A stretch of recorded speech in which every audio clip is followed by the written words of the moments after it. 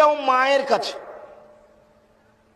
তোমার বউ যদি কারোর সাথে মোবাইলে প্রেমের গল্প করে আর তোমার শাশুড়ি যদি দেখে, তাহলে বলবে এই ওসব কথা বলিস না, কার সাথে কথা বলিস, কথা বলিস না, এটুকুই শেষ।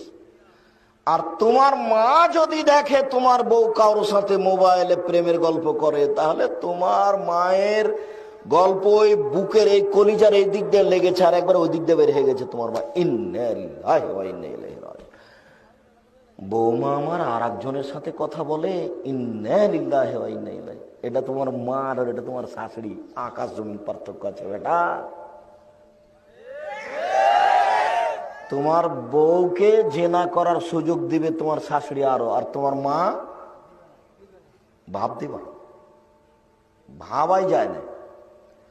কোনোদিন বউকে শ্বশুর বাড়ি রাখো না গো, মায়ের কাছে রাখিও।